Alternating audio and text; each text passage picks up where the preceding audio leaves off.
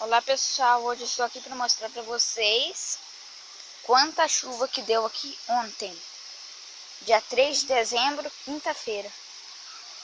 Choveu 100 milímetros. O corguinho daqui de casa quase entrou água no galinheiro.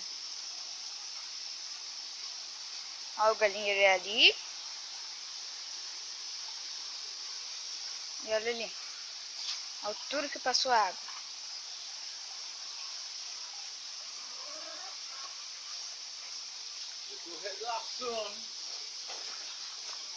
Pelo menos a minha telha serviu para alguma coisa. Não, o arame quebrou.